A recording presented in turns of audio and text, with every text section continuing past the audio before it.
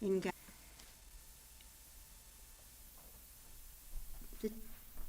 10th president of the order, Srimad Swami Vivekananda, blessed him with initiation. He was bestowed with sannyasa in 1986 by Srimad Swami Gambhiranandaji Maharaj. He has worked at the well-known publication department at Vedanta Ashrama of the Ramakrishna Mission in Kolkata, West Bengal, and is the founding secretary of the Ramakrishna Mission, Port Blair, Andaman Islands, a school for destitute boys.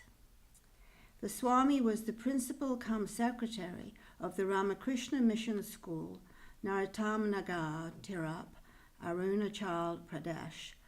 This was for tribal and is for tribal students. He was the vice president of the Uttar Purbanchal Ramakrishna Vivekananda Baba Prachar Parishad, which has 59 centers. And since the beginning of 2003, he's been serving as the president of the Vivekananda Vedanta Society of Chicago. Under his leadership, the Society observed the 150th birth anniversary of Swamiji in a very grand way. In December 2014, he was appointed as one of the religious advisors at the University of Chicago, and in January 2020, he was selected as the trustee of the Parliament of World Religions. Under the able leadership of Swamiji, the Society inaugurated the Home of Harmony in Irving Park, Chicago, to promote the harmony of religions. It houses a towering statue, the tallest of its kind, of Sri Ramakrishna, serving as the true symbol of the harmony of religions. Swami is a trustee of the Council of Religious Leaders of Metropolitan Chicago, and he is published author of books and many articles, and Advaita Ashram has published his discourses on Bhagavad Gita as a set of 14 DVDs. His lectures are available on YouTube. Oh, I'm sorry. Apart from lecturing on disparate topics at various places in Illinois, the Swami conducts spiritual retreats and attends programs across the United States at the invitation of devotees and other organizations. The subject of his talk today is human, divine, and absolute. So please join me in welcoming Swami. Please join us.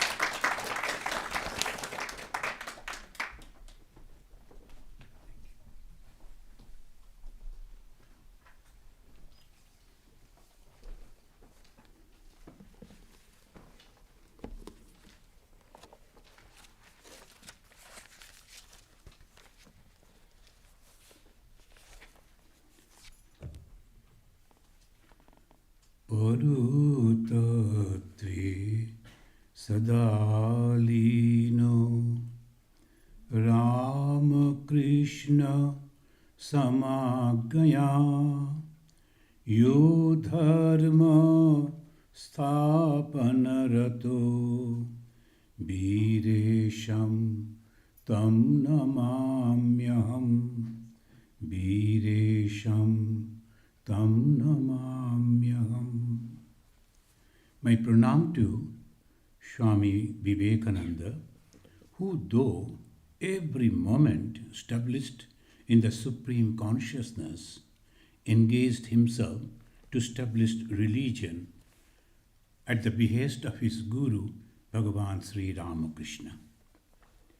Dear Swami Sarvapriyanandaji, respected Diane Clafford, and dear devotees and friends of the New York City, good morning and namaskar. And that I thank you for inviting me to give a talk in this city, because this city, particularly New York, is a very special city in the hearts of every follower of Swami Vivekananda. Because here, Swami Vivekananda's dream, his temptation, he mentioned that way, that came to truth, and that he could start an organization in 1894, long before Belur Math. That was the first time he started over here. And why?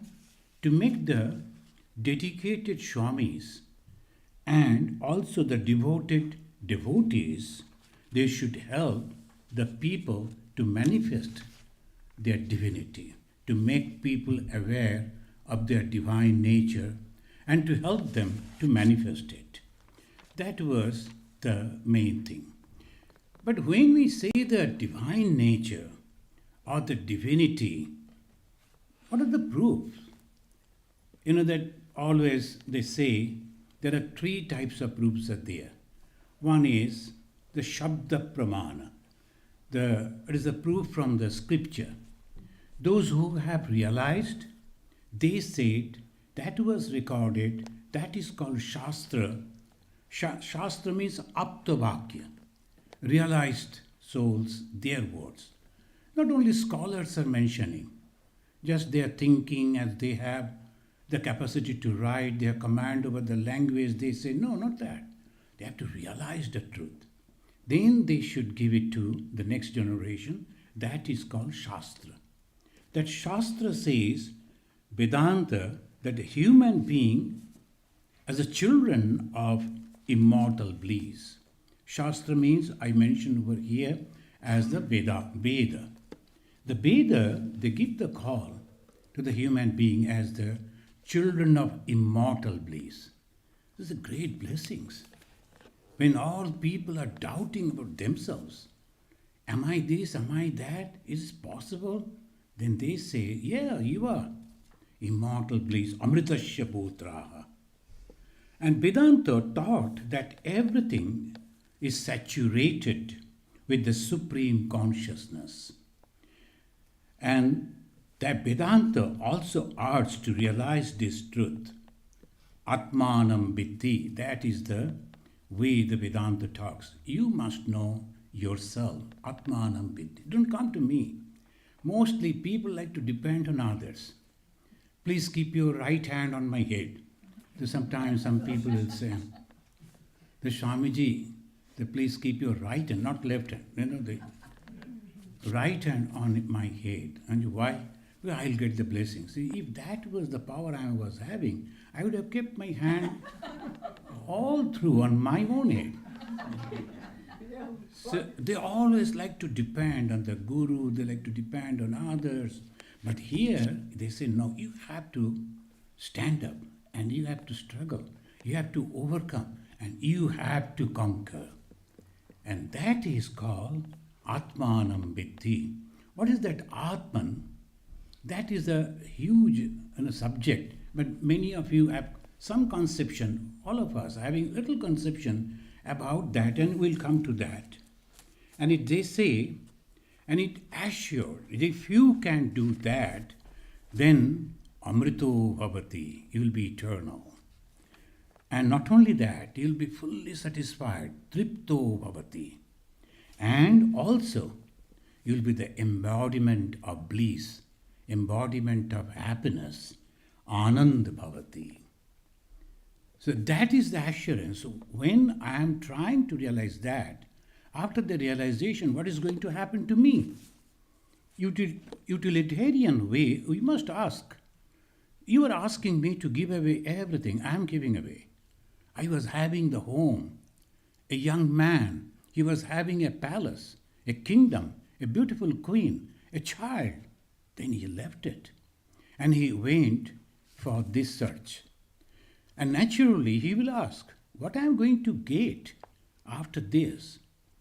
I was having all this, I am leaving. Anandi Bhavati. It will be the embodiment of happiness. And in the Bhagavad Gita, I am giving the idea from the scriptures. That is the proof. In the Bhagavad Gita, that is the words of the Sri Krishna, in the 15th chapter, they're explaining in a beautiful way the whole creation began in the space, somewhere, and we do not know. And they give in a unique way the Urdha Moolam Adhashakam, the Moola, the root in the above, and Adhashakam, and branches is coming down. Usually it is completely different. The Moola, the root goes to the earth and then the branches goes up. Here, this unique tree of this Jagat, this universe, it begins at the top. You know, friends, many times I said this, when I was coming to America, the last interview in Bombay, American consulate. So I was preparing myself, all my friends, they said that you must know what is the meaning of the American flag, why so many stars, why the stripes, and who was the first president. And I was going on, remembering all those things like a student. And when I went over there, the first question that American gentleman asked, what is there in the first sloka in the 15th chapter of the Bhagavad Gita? Oh. I don't, not the stars. I saw stars. So this 15th chapter of the Bhagavad Gita, you know, as a tradition, usually the monks, they memorize the 15th chapter. So if you go to the Uttarkashi and other places, they will be serving the food and all monks will go on chanting. And if you can't chant, at least you have to show that you are chanting. Otherwise, people will think that, oh, you are not a monk. So in the beginning itself of our life, we memorized that. So I could, with confidence, say, Urdha Moolam Adhashakam. And that was the land of the Marathas. The Marathi, the Bombay, and Marathas are very devoted people. In the morning time, a Gerua-clad man uttering the Bhagavad Gita, all Marathas, they came and standing like this. Then the American gentleman started shouting, this is an interview for the visa. This is not a religious discourse. You go away. But anyway, that is a very funny thing happened. And that man, of course, afterwards he said, do you think you can bless me? I told, I can pray for you. And that is exactly what I do for myself also. I can add your name, but I cannot bless. That is, anyway, this is religion. The religion always gives us a great hope. That somebody is there going to take care of me. That is one type of hope. And then when you come to know that somebody is yourself, you are that somebody. You can bless yourself. You can ruin yourself. You can make yourself. You can mar yourself, as they always say. One of our very senior Swamiji used to say, you can make yourself, you can mar yourself. You can destroy yourself by going towards the worldly things. And you can be very happy by leaving those worldly things. This is the only thing.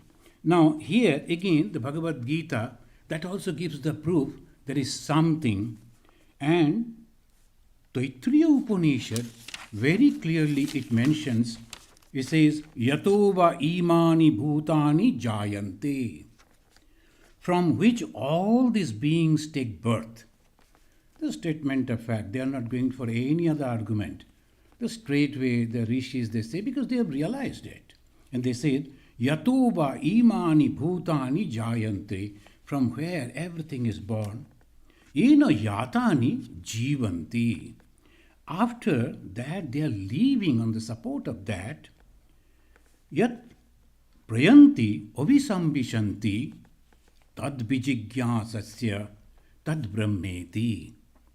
In the Taittiriya Upanishad, it's mentioning that is your goal, that you must ask for, you must strive to know, and that is called Brahman.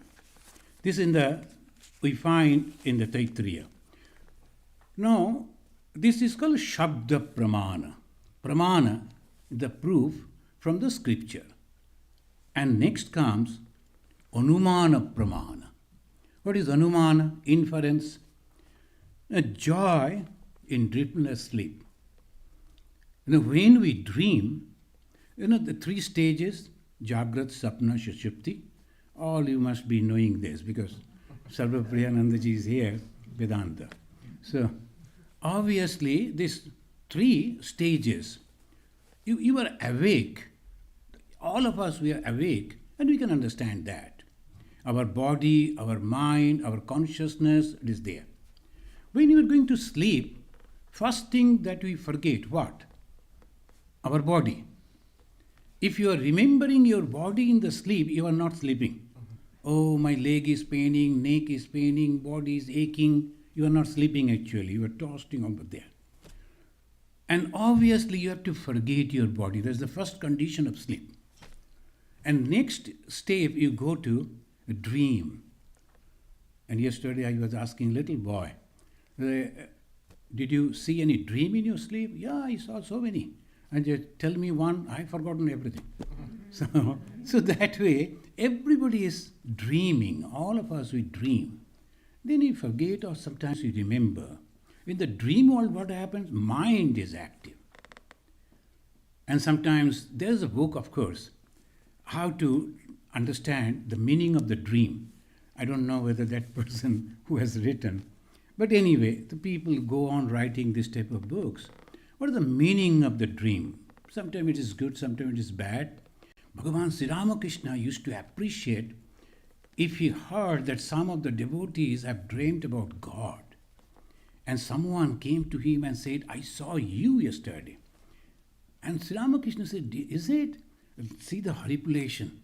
And someone told, the only dream. Oh, no, this is not simple thing. That means your mind is constantly thinking about God, you see God. Thinking about other things, you see in that way. So that is also very important.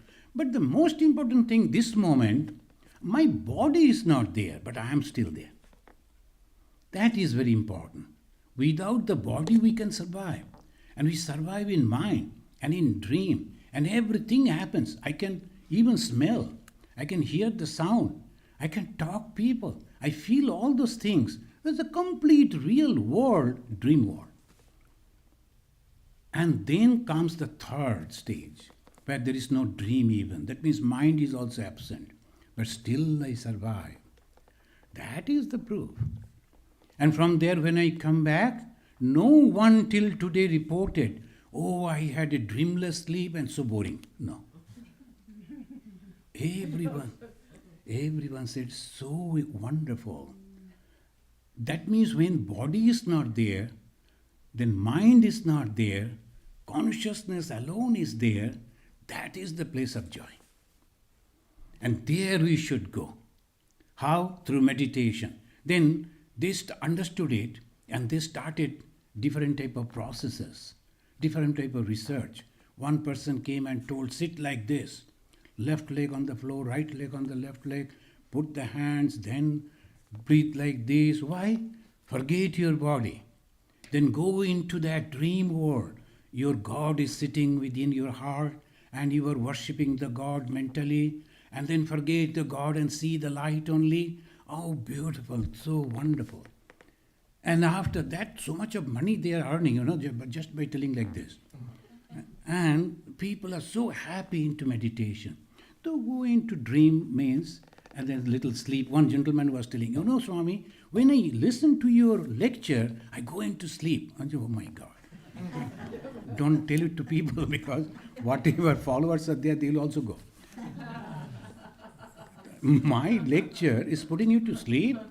Then, that is so wonderful. So when I am concentrating, I'm good. That happens, Some people used to come to Bhagavan Sri Ramakrishna and without telling anything, they'll simply sleep. And Sri Ramakrishna said, don't disturb them, let them sleep. That is also the calm mind. Mind is so turbulent. And it is really, really a blessing when it becomes calm in the presence of someone. So that is the way the mind is becoming calm. And when in the meditation you go beyond the mind, what remains? That is the beautiful bliss. There you are only with some consciousness. Sometimes people see light, sometimes some images, sometimes the places, sometimes nothing, just nothing, but they are so happy. So that is called Anumana Pramana. That's inference. We are really experiencing something that must be without the body, without the mind. There is something which is full of joy, full of happiness. I must go over there. So that Anumana Pramana it goes. Another that I was mentioning today in our morning breakfast table. So when I went to the Riyadh, the capital of Saudi Arabia, I told, see, in that this is the first time in 1,500 years after the Islamic movement, first time they invited all religious people, that too in the heart of Islam, to discuss about all religions. That is a great thing. And I had the good opportunity to go and then I spoke only, I think, 5-7 minutes. And there I mentioned what we need, only 3 things. First, we like to live. We don't like to die. None of us, not even the ant, no one wants to die. Second, we like to know.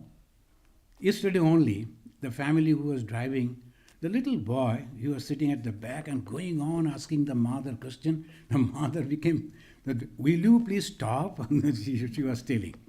I can't answer so many questions. Why this, why that, why this is happening, why that is happening?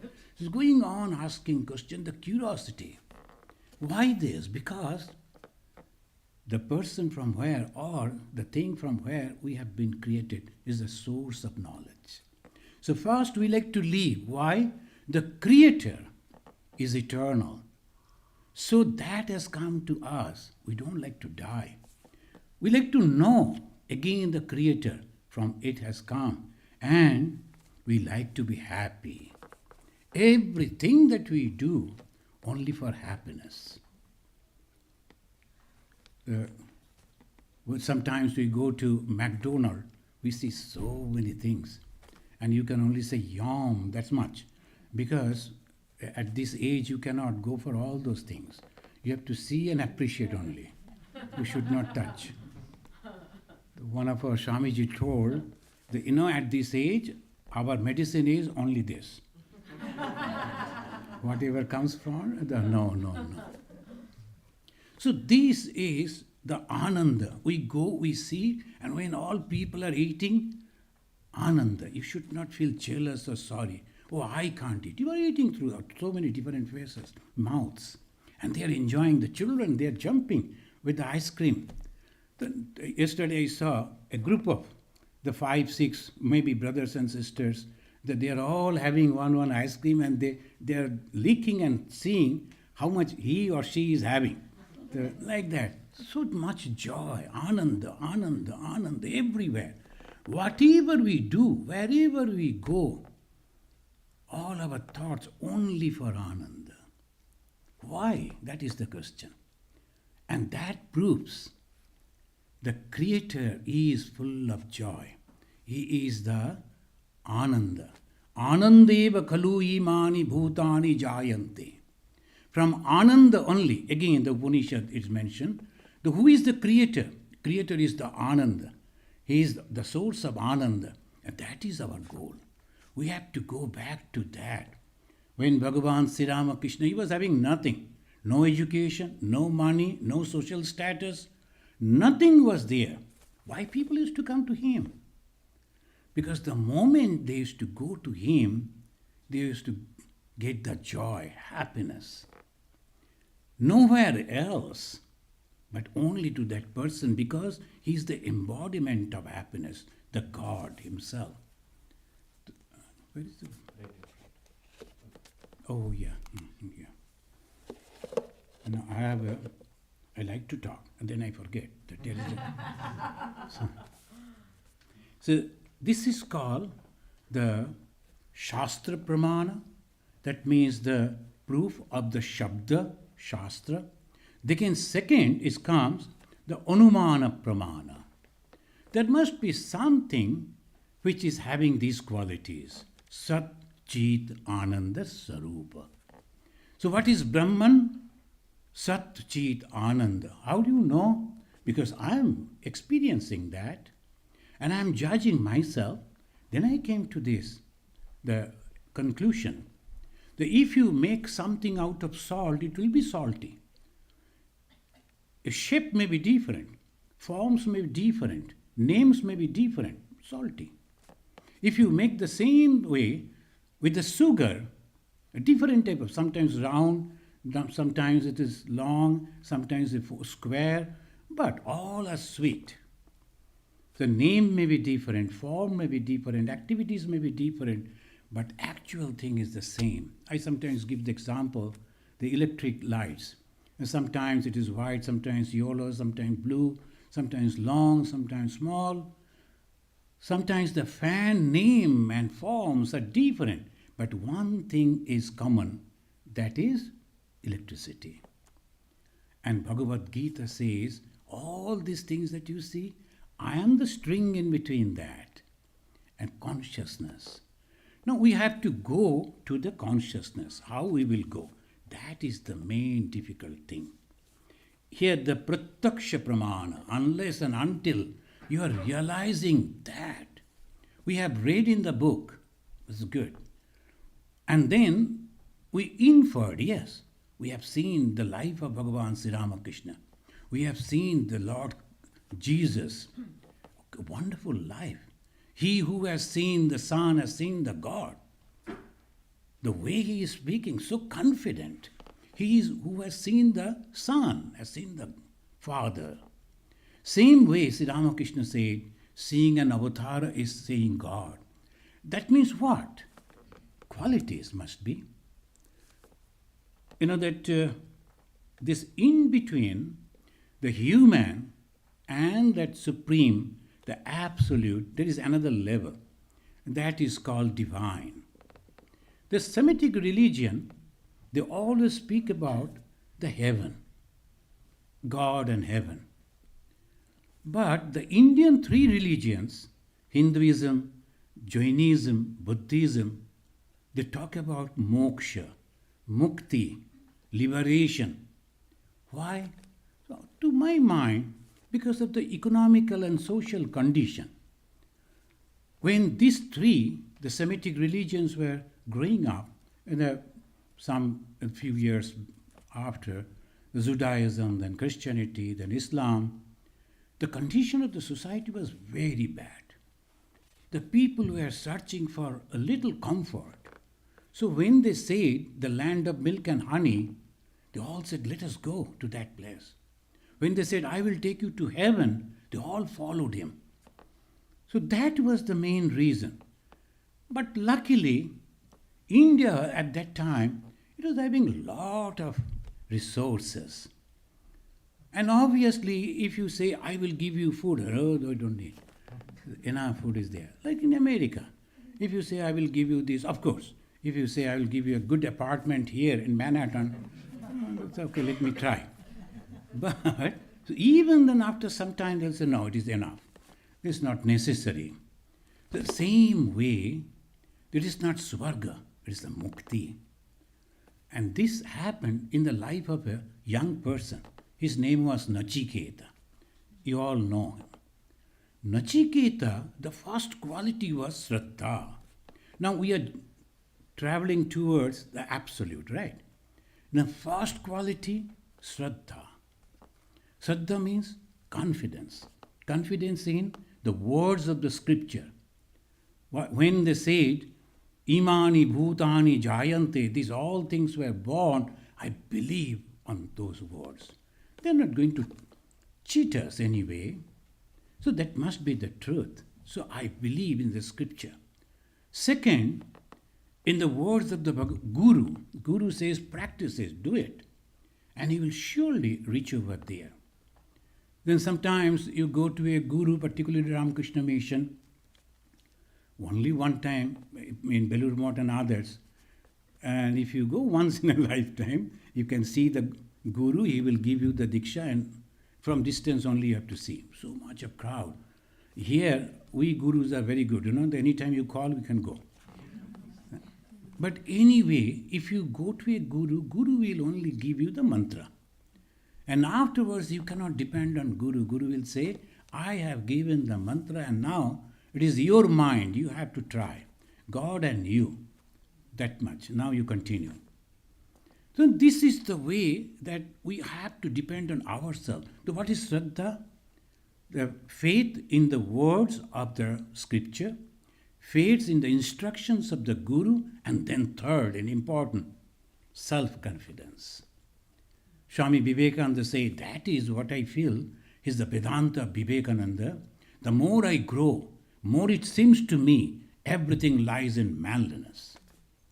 He started Vedanta movement over here in America because very strong mind.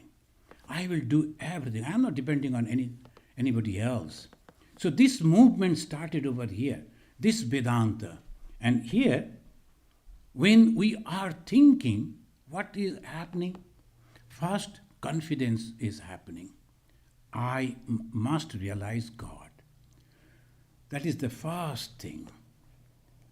And if I do not think in that way, if I am having the doubt, no, you cannot move. So when the young boys come and ask, Swamiji, shall we marry? And of course you should marry.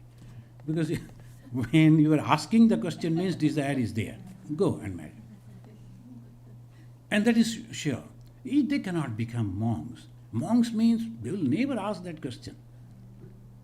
Whatever may be the past life and whatever, they will straightway, they will come. So this, you have to have the self-confidence. That boy went to Yama. Why? Because he wanted to save his father from the bad karma. His father was a very wonderful person, rich man, and we, nowadays terminology, is a practical person. So what he was doing, he was saving the good cows and good properties, and then he was giving away all the rotten things. And then whole society came and Sarvadana Yajna, he was offering all property. But the son knew the good properties are there somewhere hidden. These are not actual. But he cannot go and advise his father. That is not the tradition, what to do. Then he offered himself. See the confidence. If you are donating me, I am also a property. Son is a property of father. You can somehow be saved from the sin that you are committing. He didn't mention it to father, but he went and said that. And father became angry. You know, when you are reading that, you can visualize what is happening. Ditiyam, Tritiyam, again and again he is asking. Then the father, obviously the boy was going on, following the father. Father is busy. He is handing over all the cows, that is the property, to the Brahmanas. And this young boy constantly asking, poking, Father, whom you are giving? Father, whom you are? Then he became angry and he said, Mrityube tva dadamiti. I donate you to the god of death. Go. And then this boy started thinking about himself. And Swami Vivekananda was very fond of quoting it again and again. Bahuna memi prathama, bahuna memi madhyama, kim sid yamasya kartavyam yan mayadya karishyati. I am first among many. See the confidence. It's not ego, the confidence. Among many, I am the second grade, but never ever third. Why then Father asking me to go to death? But again, he got ready. Then the father realized, oh, no, I was just joking. I was just telling like that. I didn't mean it. Then he said that in the past, if you see, no one broke the promises. And if you are breaking your promise, in the future, everyone will follow you. And in the human society, if you are not keeping the words, then there is no religion in the human society. Anupashya yatha purve, pratipashya tatha apare. And then he is giving the example of the grasses. They come and die and then again come. Shall the life of human being be like this? No. You have to keep the promise. Well, what is the first religion? Last time when I went to 22, when I was traveling in India, the only thing I again and again said, Your religion is to keep your promises. And in Hindi, they say about Sri Ramachandra, Raghukula Riti Sada Chali Ai, Prana Yau Bachan Na Jai. That is the dharma. Once you have given the word, you must keep it. The promise should not be broken. And that is should be. And if you practice it over here in your daily regular life, the lawyers will be in, because the no breakage, no divorces, the lawyers will curse me. So we were earning why this man is going on telling like that. But once you've taken the oath, I am going to give the protection to this lady as my wife all through my life, and you should not break it. That is called manliness. Swamiji said, once the tusk coming out from the elephant's tusk, it never go back. Marat ka baat, hathi ka dant. The teeth of the elephant, it comes out. It never goes back. That is dharma. What dharma? Going and sitting by the side of a river and then, oh, this is 10 o'clock, I have to go for lunch. That is not the dharma. Dharma is this. So this should be the promises. This boy, he told his father, you should not break your promise. Once it come out, I should go. And then what happened? The 3 boons he got, because we were waiting for the 3 days. And the king of death, he came, and he was a very learned man. He knew about the Brahman, the knower of Brahman. He is not just going and killing people. He is a knower of Brahman. And he knew that. So he told first, now see the first step, human. When he said, what do you want? He said, my father must be crying now. My mother must be crying now for me. Bless me. And I'm so intelligent. When I go back from here, they should recognize me and accept me. Because going back from the death world, the people will go, oh my God, ghost has come. So they won't accept you. So when I go back, they should accept me. And now till I am going back, their mind should be comfortable, they can sleep well. Oh, okay, no problem. This is a fast. The human joy, human happiness. What do you want? My family should be happy. Neighbors should be, of course, sometimes we don't want neighbors should be happy. Sometimes the broad-minded people following the Jesus, then love thy neighbor. Okay, let the neighbor be happy too. So, like this, we are constantly thinking, let everybody be happy. Human happiness. And then next step, he said, I heard that if people are going to the heaven, they don't have to work. Why? Because there is no thirst, there is no hunger. Because of the thirst and hunger, we are working. Otherwise, why will work? Everybody will be enjoying, like the Middle East young people, they are doing. They don't work, they are only enjoying. Rich man's sons, rich man's daughter.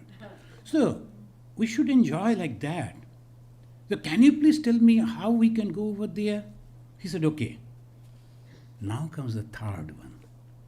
And there he told, now can you please tell me, what is this? Is it true? There is Atman?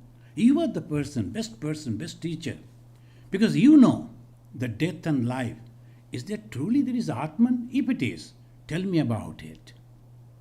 And you know, the Yoma was going on telling, hey, don't ask about Atman. Even the gods are confused about that.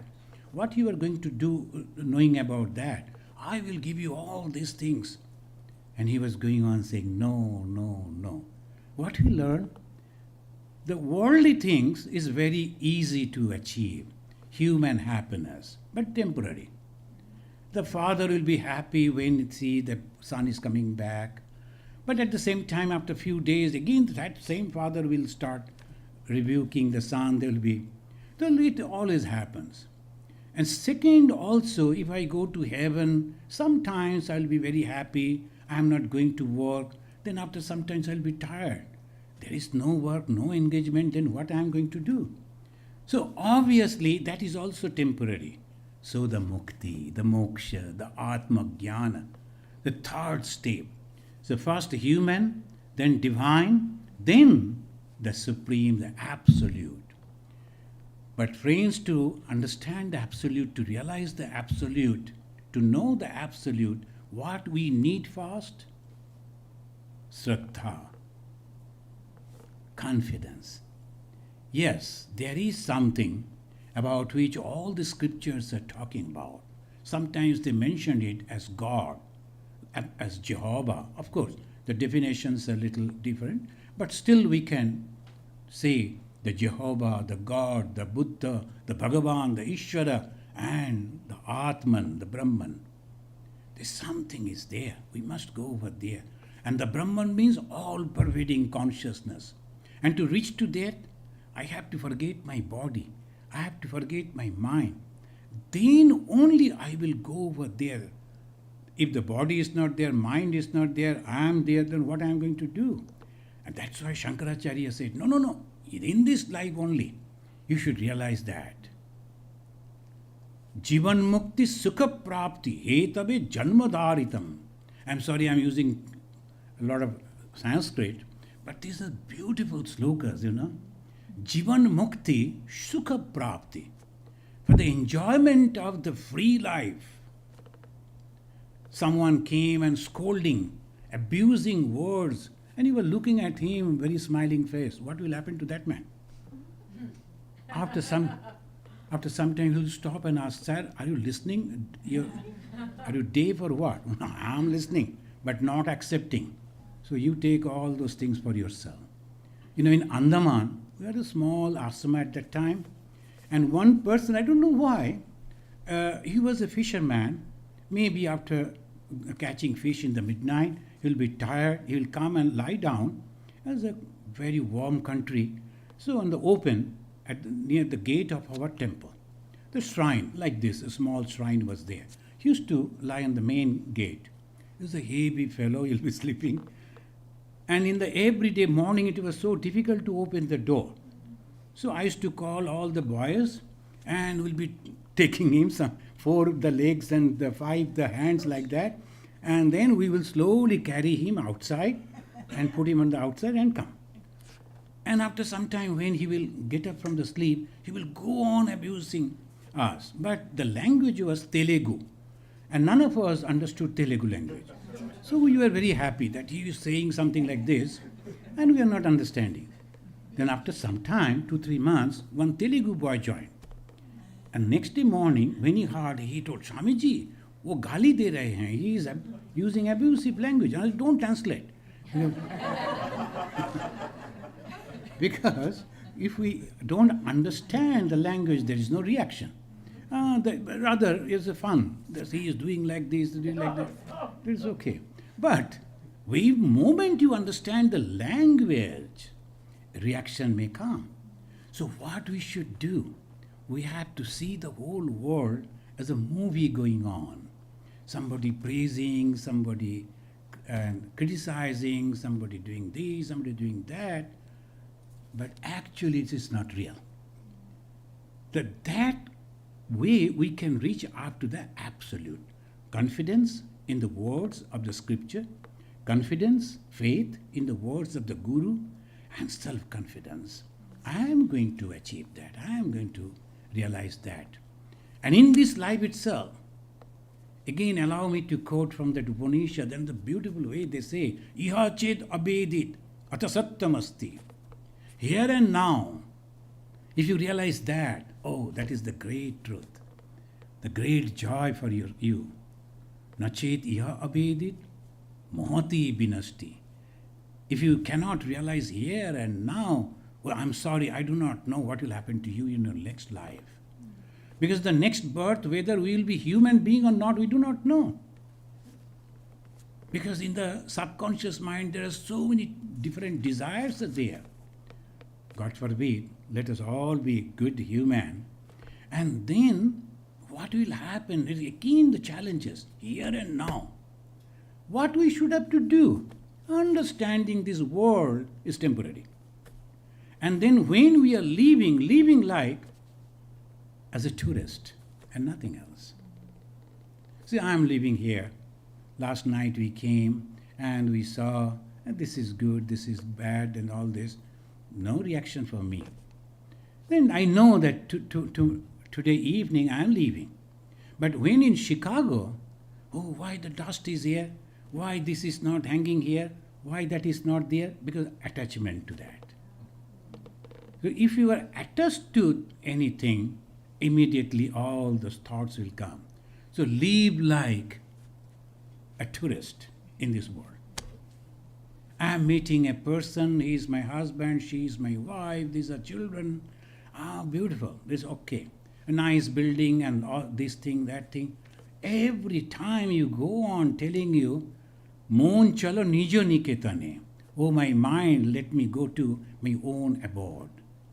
And samsara videshe, videshir veshe, britha brahmo akarane.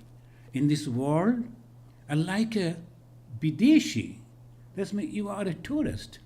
Why you are unnecessarily getting involved into it? Let me go to my own abode. The beautiful song Swami Vivekananda sang, and Sri Ramakrishna went into Samadhi. Excellent meaning of those songs. And that is the excellent teaching. Shall I stop working? No, not at all. Suddenly one lady rang me, your Vedanta is disturbing my family. I mean, what happened? So why my Vedanta is disturbing you? So he said, my husband was all right. I knew that gentleman. Then suddenly he started sitting in the window looking at the sky, won't go to office. And what happened to you? Then he said, I'm searching for the Atman. Why you're searching Atman in the sky? And truly, then it is a serious case. It happened. His wife got a job, and that saved the family. Somehow I told that lady, you better take him to a doctor. For something, we have to take the medicine, some counseling. But this is the problem, not understanding. The moment I think that I am a religious man, I should stop working, I should not do anything, not like that. Nothing like that. Another experience in Andaman, and one police officer, he was the superintendent of police, a young man, IPS officer from UP. He used to come to my Andaman ashrama. He was interested in meditation. I taught him whatever little I knew. My God, after some time, other officers started visiting me. Swamiji, your disciple is not working at all. I said, my disciple? Who is my disciple? Our officer. And what he is doing? Every time he comes to the office at about 11 o'clock, close the door, put the red light on in behind the door, and he is meditating on his office table. Now, files after files are piling up. Who will sign? Because the posting, payment, this, that. And you are the only person can save us. But he only listened to you, and he is our boss. We cannot go and tell him. Then I rang and told, hey, what you are doing? And I said, Swamiji, I am meditating. Where? In my office. And the office? Where you are sitting? On my working table. It's a big table. On the big table he is sitting. I told, see, I never asked you to do that. Rather, I told you that you are a Kshatriya and you should guard the people, otherwise where the people will go. And that is your dharma. Don't misunderstand this.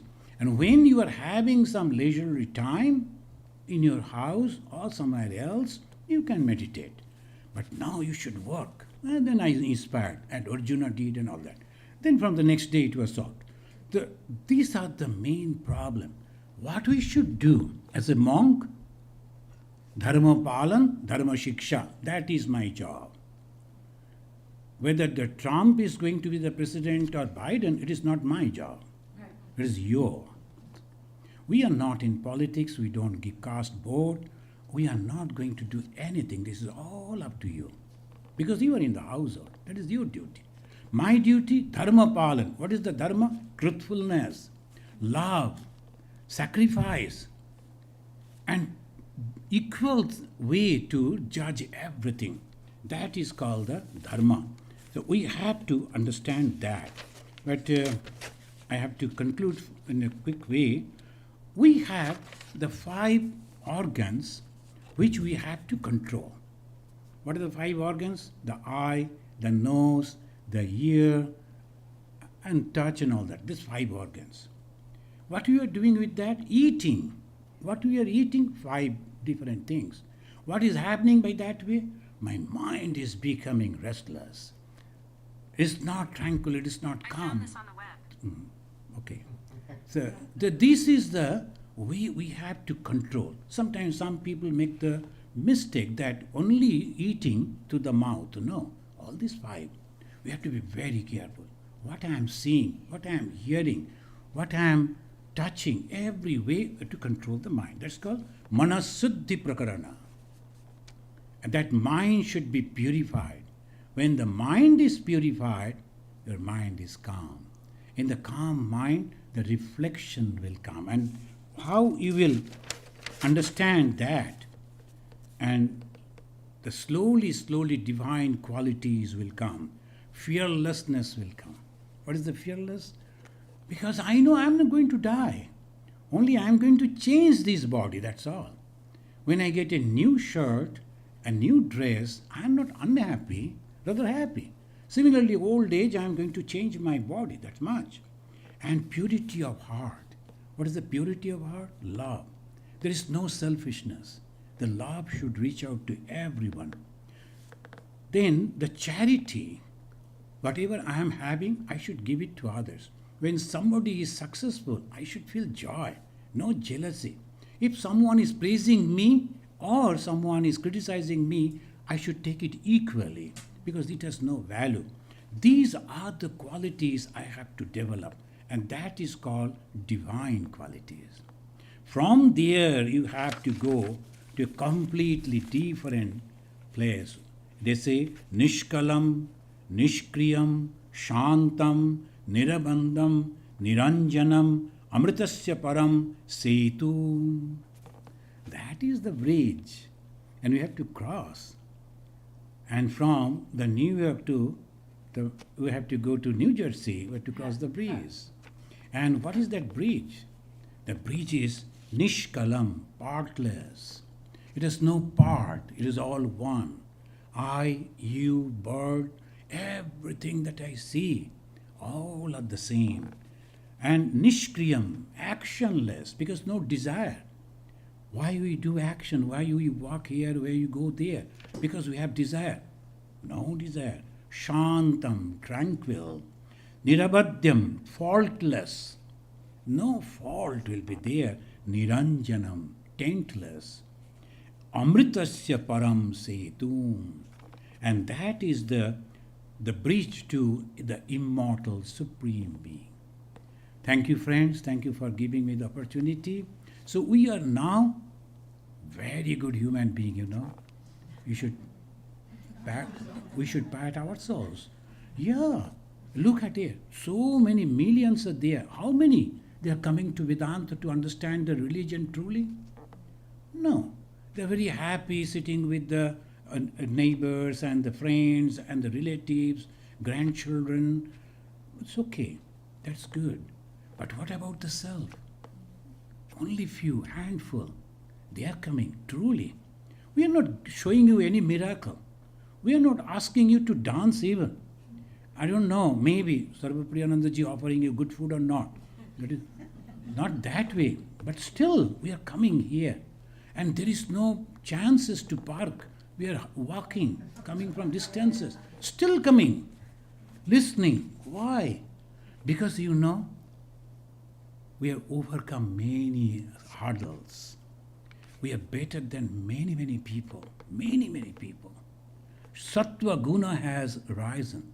When I was reading in the Bhagavata, that the one disciple of Krishna is asking, Uddhava is asking, how I will know that I am improving in my the quality? The Krishna's answer, when you will feel like listening to the holy talks, you will love to listen to that. You will love to chat about that. You will have to see those people who are practicing that. You are Sattva-guni. Are you not Sattva-gunis? All of you are Sattva-gunis. I am also. And this Sattva-guna, when it goes, that is the best quality, divine quality. Only thing we should be aware, I should not go down. From here, more and more and more upper. Strong wind will come from the opposite side. It's strong the water flow, but I have to swim against the stream. With the blessings of the Guru, with the blessings of the scripture, and with my determination, this life I am going to realize the tranquility. Om Shanti, Shanti, Shanti, Hari Om. Ram Krishna Arpanamastu.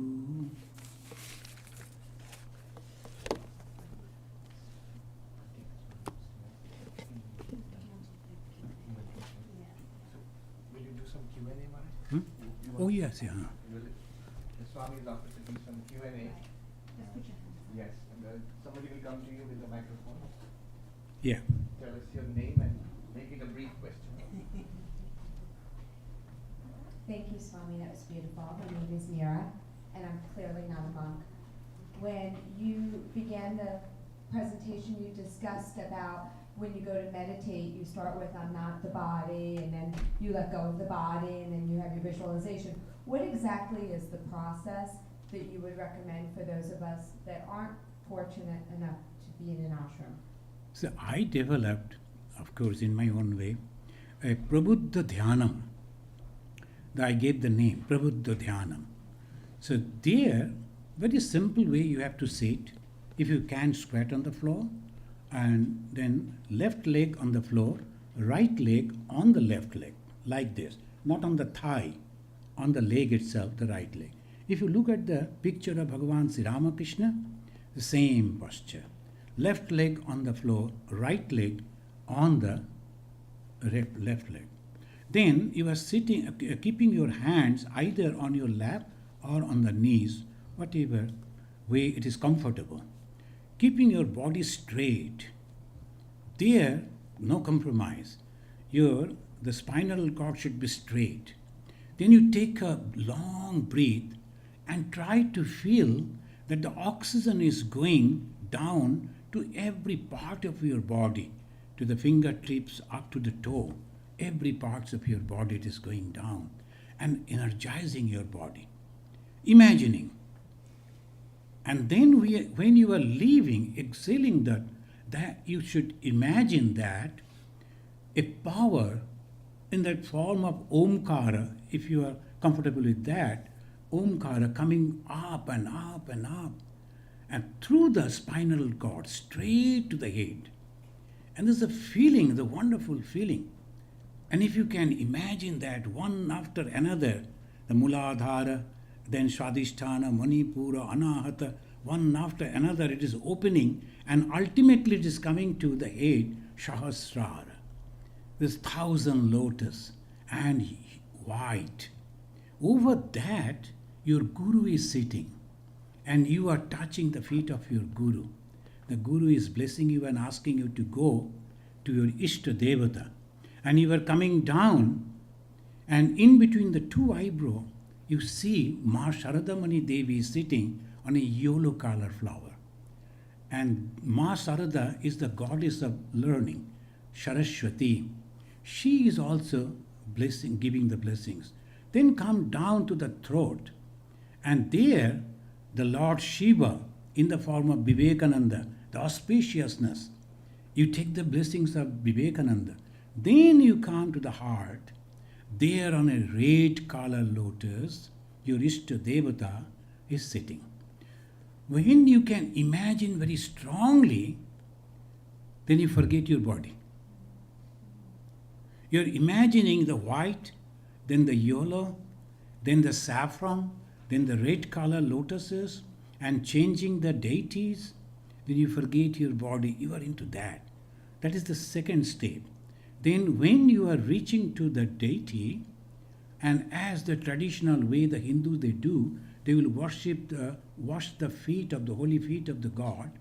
You bring a plate, and the God is keeping his holy feet on that. You are pouring Ganga water, holy water, and then taking out the plate, and then raising the feet with the towel, And then he was sitting at his feet and decorating it with the flower, burning an incense sticks, lighting a lamp, and putting the garland. You are forgetting your body. You are in the dream world. You are in imaginative world. And the world will give you so much joy. You have forgotten all around. You're deep into that, and that way you are meditating on God. Then finally, as I teach my students, you have to put your head on the lap of the God and say, I am your child, I am your baby, I don't know anything. So please help me. I like to go to you, but the road is so difficult. Please help me. And he is patting on your back. Feel that. The pat of the God on your back. And then he is putting his hand on your head. You're feeling that. And then if you have got the initiation, take the mantra slowly. And the mantra is floating like the light and going and merging with that God. And third stage, you are merging with the God, and there is nothing but light all around you. You meditate that you are completely merged in the light. If you can do it for 10-15 minutes, you'll feel really happy, really joy. And don't do it long, only 10 minutes, 15 minutes sufficient. And in the beginning, take the breathing 21 times and send the oxygen all over the body. Feel that all your body, all over, oxygen is going. Then slowly you can reduce that up to 11, then make it 3, and meditate on that. 10 minutes is sufficient. You will feel really happy if you can do that. Thank you. Yeah.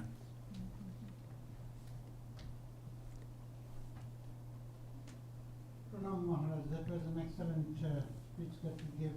My question is, however, is the promise that you spoke about truthfulness and the religion, the component part of it. In Bhishma was very good in keeping his word or promises. He didn't even marry. But then again, he always sided on the wrong side of the battle. And Sri Krishna was there, who was not very strict in his words, I will say, or the play of words. But he was what you call the role model or our God. Can you explain? Because I find it conflicting, the message. Yeah, then we have to see it with the Mahabharata. It's a long story. So that answer, but only thing, for the good of many, whatever you are doing is religion. For the good of many. When the Krishna asked that Yudhishthira, go and tell the lies to your teacher that his son has been killed, because that is the only way we can stop him. Yudhishthira was doubting the words of Krishna. He said, no, I cannot do that. That is an utter lie. Then the Krishna told, for the betterment of many, you must go and tell that. Otherwise, thousands will be killed today by that Acharya, the Dronacharya. No one can stop him. So then he went and told Ashwatthama Hatha, for the betterment of many. About the Bhishma, he made that mistake. That's why when the Arjuna was doubting, can I truly fight with Bhishma? And the Krishna said, he is siding the wrong people. Only the ego that I am not going to break my promise, that the ego was working in Bhishma. So if you can fight with him, you can shoot, it will go and touch him. So Arjuna's arrows really pierced that his body. Otherwise, it was impossible. Bhishma knew it, but only to get the death at the hand of his own God. And if you read in the Bhagavata, and he says, the Krishna's wishes was, who was the God of Krishna? The Bhishma? Krishna only. The Krishna, he knew that he is God. Even then, he was fighting against him. And in the last moment, when he is dying, the Krishna is standing, and he told all people, all the kings, they assembled over there, the last moment of his life, Bhishma's life, the Devabrata Bhishma, he said, when I saw my God is driving the chariot and his long hair is floating on the air and it is glittering sometimes because of the dust and on the air and sunlight is falling on it. I used to see, oh my beautiful God, and I used to fight against him. I am shooting arrows against the Arjuna, but my whole attention was on the Krishna. When the Krishna's face is full with that glittering because of the sunlight, and I am looking at that face, and Arjuna's arrows are entering into my body, I never stopped it because I was meditating on my God. And if you read those the slokas, so unique.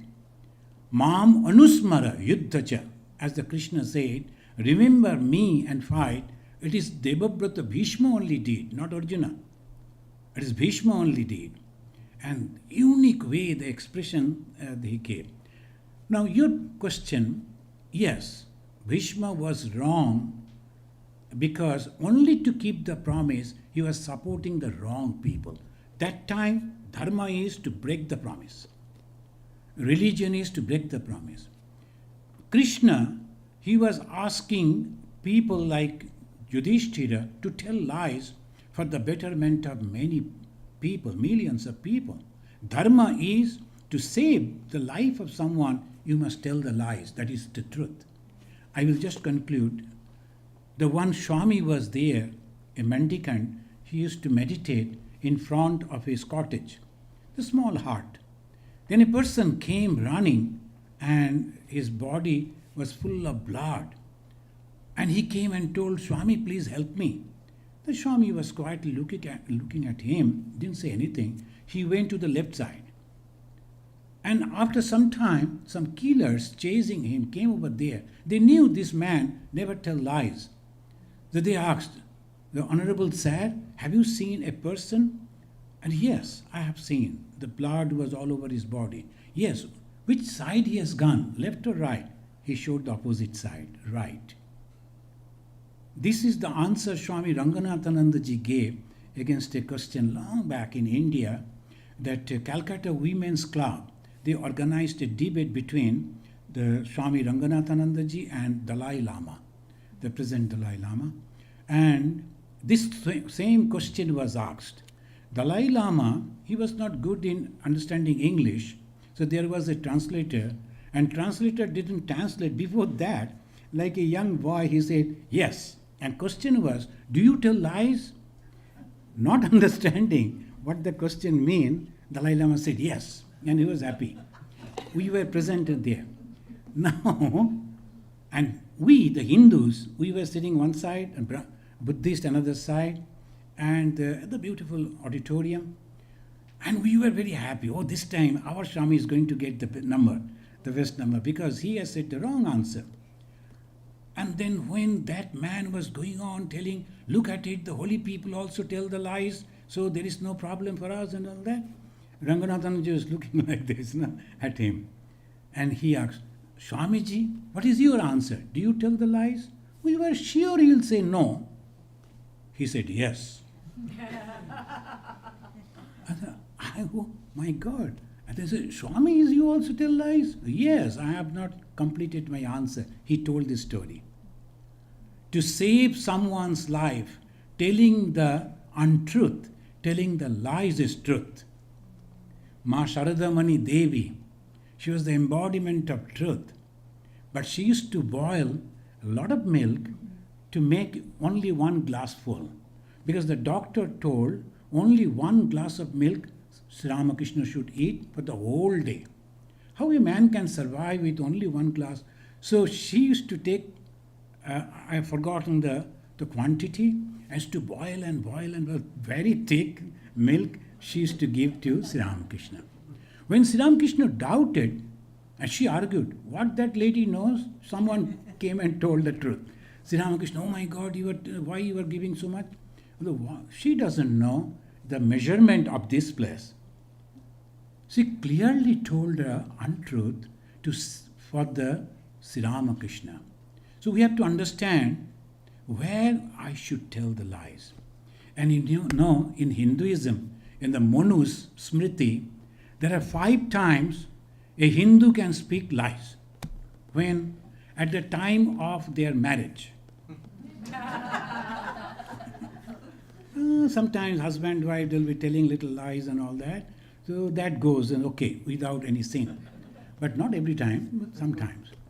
And then at the time of their daughter's marriage, the arranged marriage in our country, in our society, and you have to put your daughter in a, oh, she is a very good cook, she is a very good singer, and she is very fair complex, and they will be going on putting all the makeups and all that way, it is allowed. At the time when you are facing the atrocities of some people with whom you cannot fight back, if you tell the lies, it is also accepted. So like that, 5 times you are allowed to tell the lies. So in the society, they all, sometimes holes are there. So the pressure of the air will go out and they can have the wonderful life. So this is the way. But one thing you have to ask your mind. At this moment, what shall I do to save the life of many or to save my family? What shall I do? That you should tell. When I was in Arunachal Pradesh, I received a phone call from a very dangerous group. At that time, they are still there, but that time they were very active. They will ask for money, and if you say no, they will come and kill you straight. Even the administrators and the police officers, they used to pay whatever they demanded. They couldn't save themselves. It is a jungle area, no law at all. And one day night, I was in my office, the phone call came, and they told, you have a lot of money, I heard? I told, yes, we have a lot of money. And that is all in the bank. And bring all this money and the record to me in this so-and-so place. It's a hotel. I told, as a Hindu monk, we don't visit hotel, so I am not going to go. You better come. But do you know with whom you are talking? He said, that if I like, I can go and simply kill you. I told, that will be the great help for me.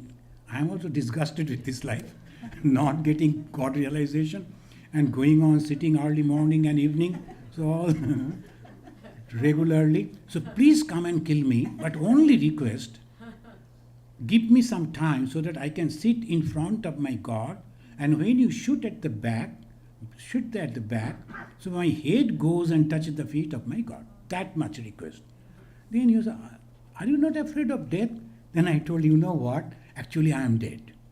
He said, you are dead? I told you, you won't understand. It's the very philosophical thing. In the Hindu sannyasis, they are dead before accepting. Anyway, there's a very complicated thing. You come and shoot me, no problem. Then, afterwards, he said, you are a very interesting person. I'd like to come and meet you. And I welcomed him. And we have all these papers. You can see all this money is for the children and the tribal children. I cannot give this money. But if you like to kill me, you can kill me. My life, that is my life. I can give it to you. Don't hurt anybody else. Then I told my driver and my cook, they are the in charge, they get all. You should not say anything because you are married people.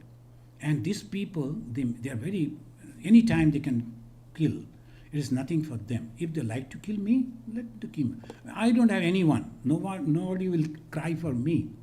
Rather, they will be very happy. Oh, this is good. So, used to give a lot of talks. Now it is over. So, that person came truly, but secretly, I couldn't recognize him. Afterwards, the secret police, they came and told, Swamiji, he visited you, he saw you, and he will never touch you, he liked you. That love if you are having, that truthfulness, I told the truth. Because I really could do that. As a sannyasi, there's no problem. If anybody is just killing me, what else? I'll be dying anyway, maybe after 10 years or 20 years, a little 5 years before, what is it? So this is not problem for me, but you people, you should not. Because for you, so many other peoples are depending. You should not take the way I took. So you have to judge in your own way. Thank you. Anyone else?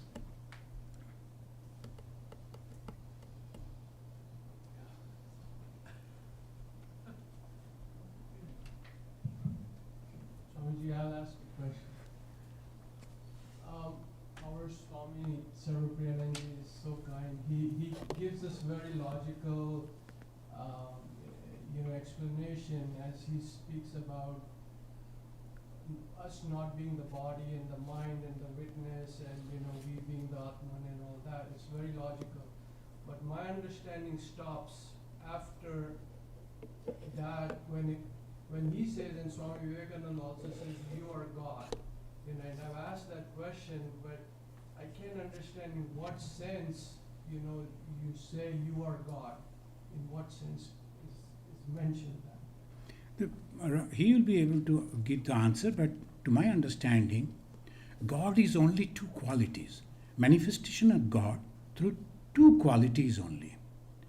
One is love, another unselfishness.